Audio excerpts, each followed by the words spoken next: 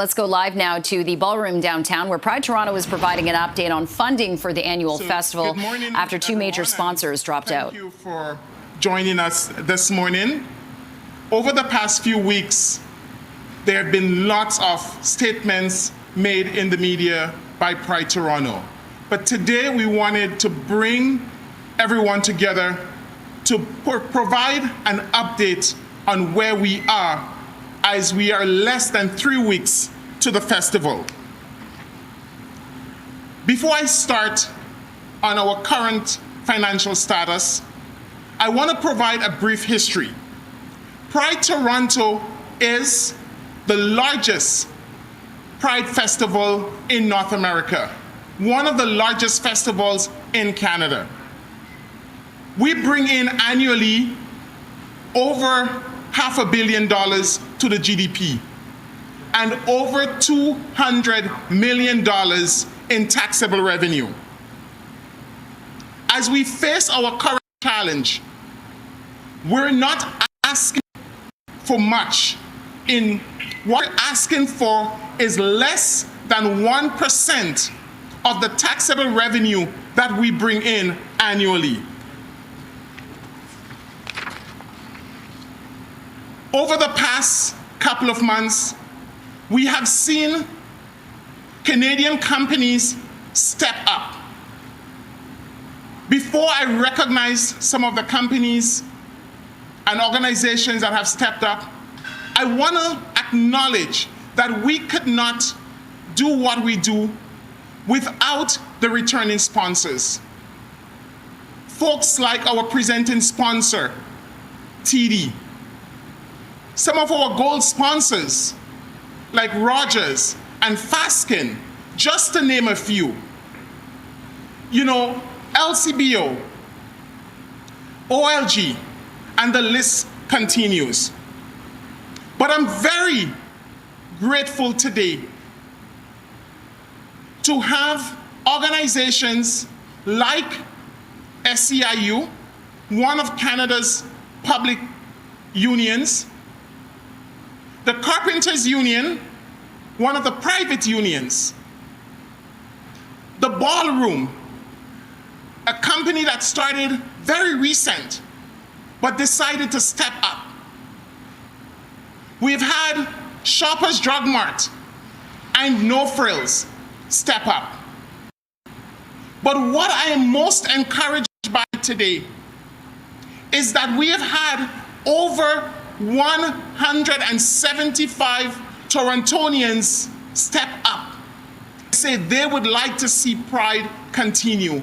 They would like to see Pride remain a free event for the community.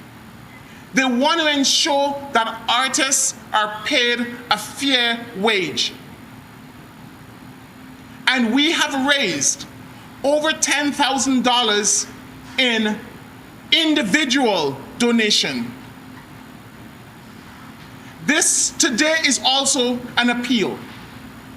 There is still room for organizations, for individuals to give.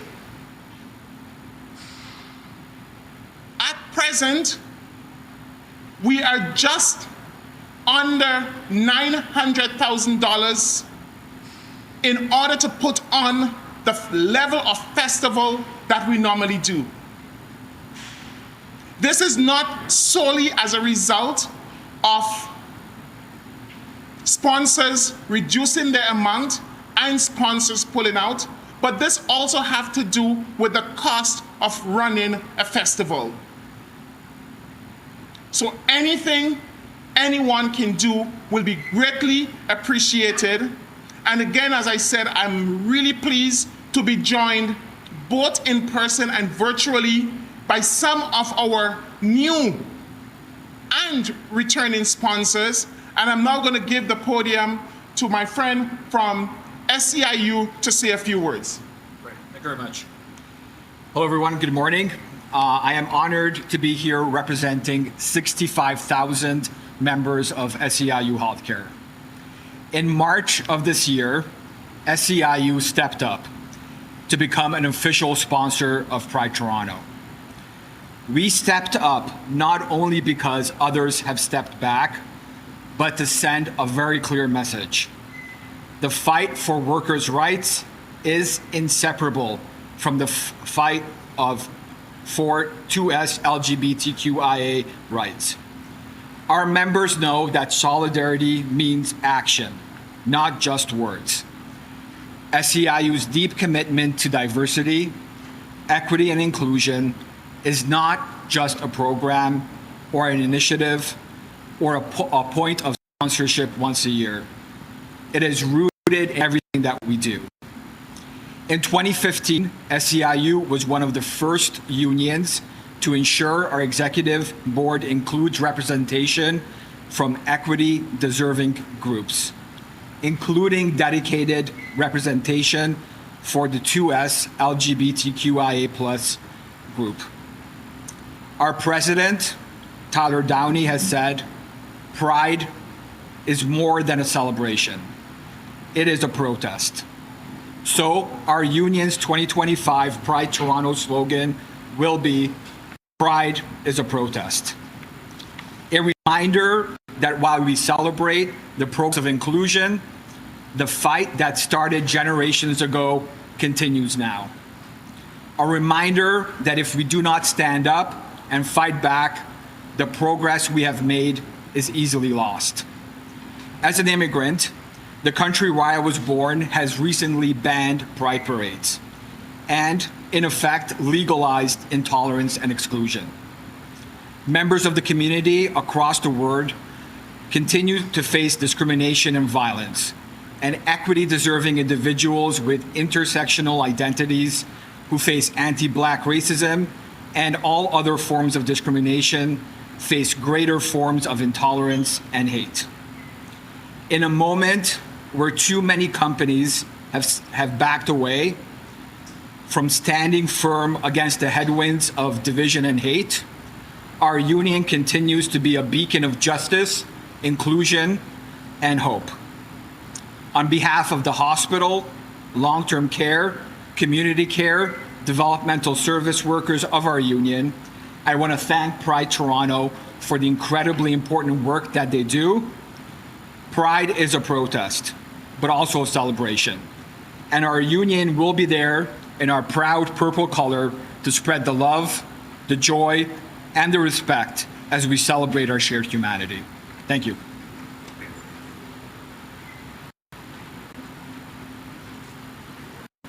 So we're now going to be joined by Josh, who Loblaws, and Loblaws have stepped up, not just as a returning sponsor, but two of the other companies, Shoppers Drug Mart and No Frills, have stepped up as new sponsors.